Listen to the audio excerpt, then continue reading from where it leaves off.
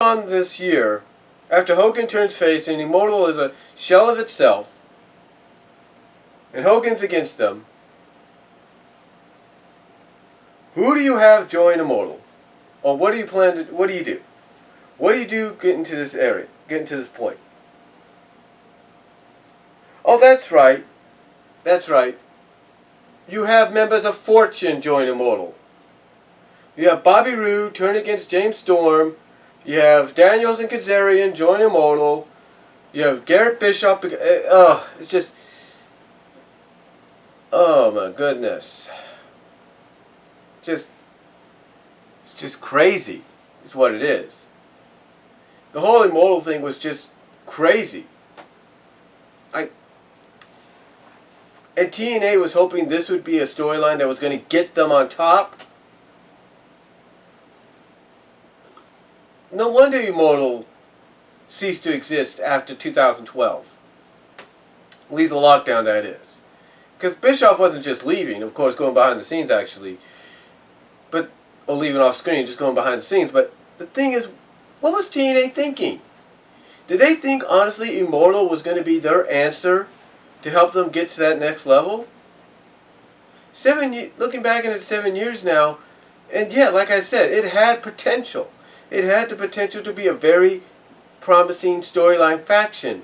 Maybe not in the levels as the original NWO, but it had potential.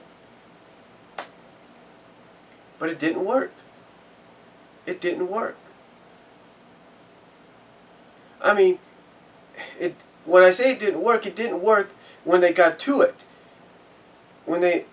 How do I put this? Because this is how convoluted it is. The first half of 2010, okay, we didn't know. We didn't know. Storyline-wise, we were confused. Why was Sting turning heel? We weren't sure. We weren't sure what was going on. What do you do? What do you do then? You turn Abyss heel, and instead of just keeping him a heel and wondering why he's doing this and all that, you decide to coincide with him. You're going to run vignettes to say 10-10-10, which is the date of your Bound for Glory pay-per-view, which is taking place at the Ocean Center in Daytona. And then you have basically Abyss keep referring to the fact that they are coming, they are coming, they are coming. And you're pretty much giving away the fact that an NWO-like faction is going to be in the house.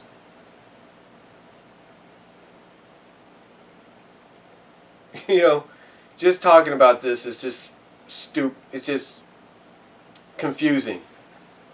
I mean, like I said, the Immortal faction could have been something good.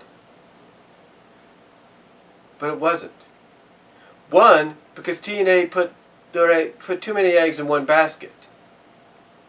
TNA, GFW would put too many eggs in one basket. They planned too much far ahead as to where they were going to go with it, that they didn't count on the fact that they were going to lose some of the people they needed to make this happen, to make the storyline flow. So what do you do to try to keep it relevant?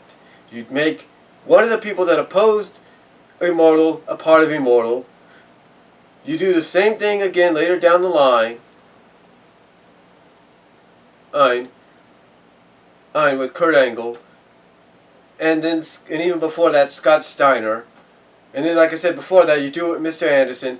And then, as you try to keep any semblance of its, and again, as much as you try to keep some semblance of its existence and relevancy alive, what do? You take members of Fortune that were against them, the homegrown guys, and you disband that group by having Bobby Roode turn heel, by turning on James Storm, and the group. You have Kazarian and Daniels turn against AJ and become Bad Attitude, become part of that group. It was just a mess. Immortal was just a mess. You know,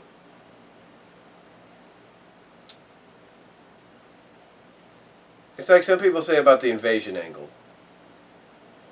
It started out promising, and then, excuse my language, God, it went to shits.